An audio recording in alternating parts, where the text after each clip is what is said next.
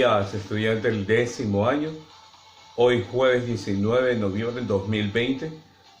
Nos volvemos a encontrar en una clase más de ciencias naturales con el tema de la contaminación ambiental, de la cual vamos a desarrollar cuáles son esos tipos de componentes o contaminación y de una manera también cuál es esa disminución dentro de la capa de ozono.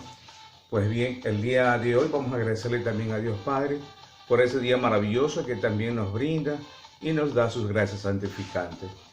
En el nombre del Padre, del Hijo y del Espíritu Santo. Amén. Y también a nuestra Madre María Santísima, que sigue intercediendo por cada uno de nosotros y nos bendiga. Amén. Pues bien, el tema que vamos a desarrollar, la contaminación ambiental.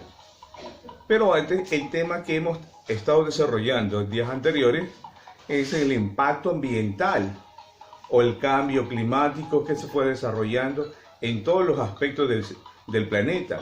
Entonces, ese gran impacto es lo que realmente como seres humanos, ¿qué estamos haciendo en nuestro propio planeta? La casa común, que llamamos en la parte teológica. Entonces, esto corresponde de esta gran contaminación ambiental, que la parte que se la denomina como contaminación ambiental es la presencia de varios componentes nocivos. Por eso esos componentes nocivos, ya sean químicos, físicos o biológicos, dentro del entorno natural, de la misma naturaleza y la naturaleza artificial, que a veces y obviamente se va transcurriendo en estos tipos de contaminaciones. Entonces, ¿cuáles son esos tipos de contaminaciones que encontramos en la naturaleza y en lo artificial? La contaminación lumínica, la contaminación visual, la contaminación hídrica, la contaminación del suelo y la contaminación acústica. Entonces, ¿por qué la acústica? El sonido mismo que se emite contamina. La bulla, el estruendo, el alto volumen que tienen los parlantes también. Visualmente contamina cuando hay una valla publicitaria en exceso. Entonces, eso también ya es artificial. Pero cuando es natural, el suelo, el agua también. Entonces, esa parte de contaminación natural, pero físicamente, cuando ya habla parte artificial, se refiere más a la luminosidad, a lo visual, a lo acústico. Y eso es lo que se requiere ahora, ir descubriendo cuáles son esos tipos de contaminación ambiental dentro de una sociedad. A veces como seres humanos, listos, escuchamos el pito, el claxon del auto y lo dejamos sin importar, pero futuro afecta, sigue contaminando. Entonces, esto es lo que refiere a la contaminación ambiental. Ahora, si vamos a ver este tipo de contaminación dentro del aire, esta contaminación del aire es una mezcla más bien de partículas sólidas y gases en el aire. Entonces sí podemos anotar partículas sólidas. Anotamos, por favor. Partículas sólidas. ¿Sí? Y gases. Entonces, profesor, pero ese tipo de partículas en el aire siempre está visible, ¿no? A veces no la podemos ver, otras sí, dependiendo del tipo de gas que se encuentra dentro de la naturaleza. Pero siempre y cuando es la mezcla de todas estas partículas en los gases que hay en el aire. Pero realmente está también, usted me dice, y la contaminación de los autos, de los buses, en toda la carretera o en las calles públicas. Sí, eso genera una contaminación en el aire. Por eso son las mezclas de todo ese componente que sale del auto y contamina el aire. Gracias a Dios, la mayoría ahora utilizamos ¿qué? Nuestros cubrebocas, por lo menos para la prevención de esta contaminación en el aire. Por eso China desde siempre utilizaban sus máscaras por el exceso de contaminación en el mismo aire. Entonces, estos compuestos pueden ser químicos, pueden ser dentro de las mismas fábricas que emanan y contaminan ese espacio donde se encuentra aquella fábrica. Entonces, también es un compuesto químico. Entonces, son los aspectos circulantes dentro de la naturaleza en el aire. Y el otro punto es el polvo, y ese sí es notable, más aún para los que nos gusta de pronto hacer deporte en la arena, en la tierra, y cuando uno juega, todo ese polvo se eleva. ¿Y hacia dónde va ese polvo? Al organismo. Es otro tipo de contaminación para quienes de pronto tengan problemas respiratorios. Y también el polen de las plantas, las flores, en fin. Pero eso también ya es distinto. Pero a veces cuando son alérgicos las personas. Y otro de los puntos son también las esporas de los mohos. Pues profesor, pero esos mohos sí están en ciertas partes. Sí, es verdad. Usted lo puede encontrar en el pan, en las frutas, en fin, en las carnes, en la descomposición.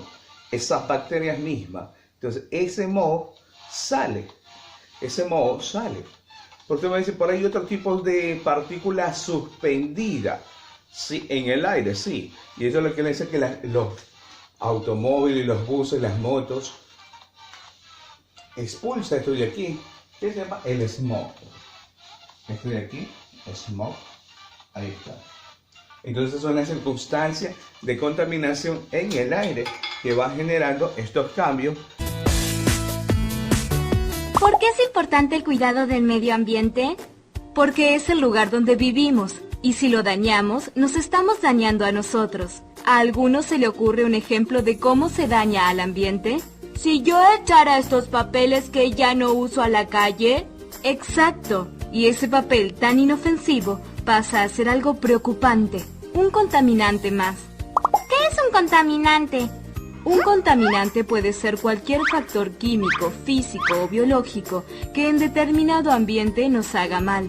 Pueden provocar un deterioro en la salud de la población o dañar la vida animal o vegetal. ¿Qué son los factores químicos, físicos y biológicos? Cuando uno piensa en contaminación relacionada con factores químicos, enseguida nos viene a la cabeza una chimenea industrial emitiendo humo a la atmósfera. O un río con aguas contaminadas y peces muertos en la orilla.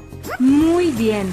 En los dos casos, la contaminación es producto de que se vuelcan sustancias químicas al medio ambiente. Entre los factores físicos que contaminan encontramos, por ejemplo, la temperatura. ¿La temperatura contamina? Si es mayor que lo normal para un ambiente, sí. Les doy un ejemplo. Existen industrias que necesitan agua para mantener frescos los productos o las máquinas que ellas utilizan. Estas industrias en general se ubican en las márgenes de los ríos para que sus aguas o parte de ella pase por su interior. ¿Y qué ocurre si una sustancia fría se pone en contacto con otra más caliente? La más fría se calienta. Correcto, por lo tanto el agua que salga de la industria va a estar varios grados por encima de lo normal. Termina elevando la temperatura del lugar y haciendo un ambiente para el que sus animales y vegetales no están adaptados a vivir y muchas veces terminan muriendo. La contaminación biológica se produce por la introducción de microorganismos dañinos para la salud o el ambiente. ¿Pero quién arroja microorganismos al ambiente? No es que se viertan directamente microorganismos, sino que se favorece que se reproduzcan. Les doy un ejemplo. Por lo general, las cloacas se desagotan en ríos o mares, pero antes que el contenido de estas cloacas llegue al agua, se debe hacer un tratamiento especial para no arrojar materia orgánica que sale de nuestros baños, nuestras cocinas y de las alcantarillas de las calles. Un tratamiento mediante el cual estos residuos se eliminan. De otra manera, toda esa inmensa cantidad de bacterias, virus y hongos crecería mucho, provocando varios cambios muy dañinos en el ambiente y nuestra salud. Mati, ¿me ayudas a juntar las hojas secas del jardín? Seguro, mamá. ¿Qué quieres hacer con ellas? Las quemaré. Pero, mamá, el humo produce contaminación atmosférica.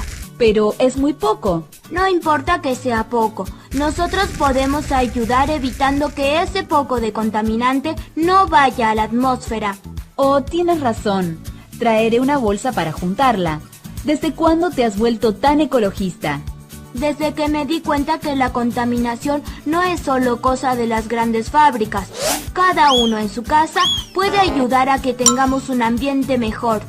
Es verdad, Mati. Todos podemos colaborar.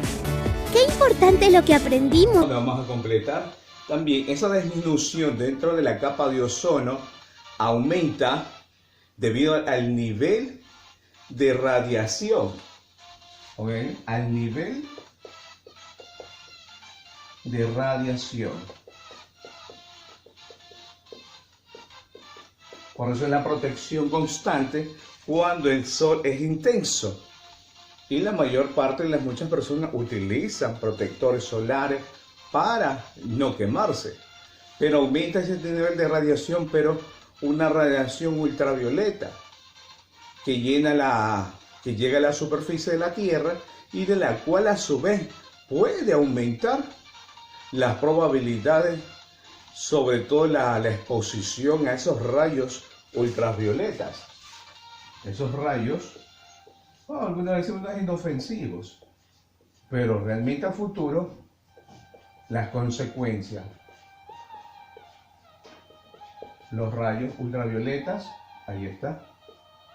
Entonces, eso es lo que genera la protección también visual, unas gafas, el protector solar cubriéndose para que esos rayos no realmente caigan y contaminen la piel. Porque las consecuencias futuras o los problemas de salud más asociados que se escuchan siempre es el cáncer. Cáncer, problemas de salud, siempre vamos a poner este aquí, problemas de salud. Problemas de salud. Y le decía que el cáncer, uno, la proyección a futuro, ay, no me va a hacer nada. Jugamos bajo el sol intenso. A veces si nos sentamos de pronto en un lugar donde está demasiado caliente, y eso también provoca infecciones. Por eso muchos temen el cáncer a la piel. Las cataratas son su propia visión, por eso la protección de gafas en sus ojos. Y luego la inhibición del sistema inmunitario, el cansancio mismo, llegamos 2 cuadras, 3 cuadras, ya no avanzamos. Entonces es por eso la inhibición del sistema inmunitario, que a veces por el físico, el agotamiento, ya no avanzamos. Una experiencia así, ir por la escalinata del Cerro del Carmen. ¿Cuántos llegan? Pocos. Entonces, para subir despacio, descansa, despacio, descansa. Entonces, ese es el proceso también. Entonces, es el cuidado y sobre todo tener ese control de disminución dentro de la capa de ozono para, obviamente, ver y saber cuál es el nivel de radiación. Por eso siempre el pronóstico del día, cómo va a estar el clima. Y luego los rayos ultravioletas, qué densidad o si no los grados Celsius que se encuentra esa proporción del sol. Y eso es lo que muchos nos llama la atención, cómo produce y en qué momento y a qué hora sale. Más que todo en Quito siempre se pronostica esto para avisar a la ciudadanía y se proteja de estos rayos ultravioletas. Pues bien, en la última, la lluvia ácida. ¿Qué es esto? Profesor, entonces nos vamos a quemar. En ciertas partes sí sucede. Es por la misma emanación de las mismas empresas. Obviamente las mismas empresas, por más que se haga conciencia que las empresas no expulsen todos estos tipos de gases y complementan la circulación de contaminación en el aire. Como concepto de lluvia ácida, siempre engloba cualquier forma precipitada, lluvia, cae en cualquier momento, pero es una lluvia ácida. Por eso es el contorno de la piel a veces cambia y se lesiona la piel, sobre todo cuando está en esa fábrica o empresa cercana a la ciudad, sobre todo. Y ese es el cuidado, porque las concentraciones siempre más son elevadas, porque tiene ácido sulfúrico. Ácido sulfúrico. Ácido sulfúrico. Anótelo, por favor. Ese es uno de los componentes de la cual surgen esta lluvia ácida y el nítrico. Entonces me dice, profesor, esos son fuertes. Obvio que es fuerte. Si realmente para quienes conocemos de pronto de la limpieza común del hogar, hay ciertas empresas que utilizan de pronto sí el ácido para hacer el aseo del baño, para combatir todos los microorganismos y los microbios que existen en el baño. Entonces siempre es con una medida. Pero quien no conoce, siempre los tachos o las canecas siempre van marcados con su nombre: desinfectante, ácido, detergente. Entonces uno ya conoce y cuál es el riesgo de muchas personas. Por eso cuando hay una lluvia ácida que es provocada obviamente por la misma empresa, en esa misma mezcla de ácido sulfúrico y el nítrico, es latente para la piel del ser humano.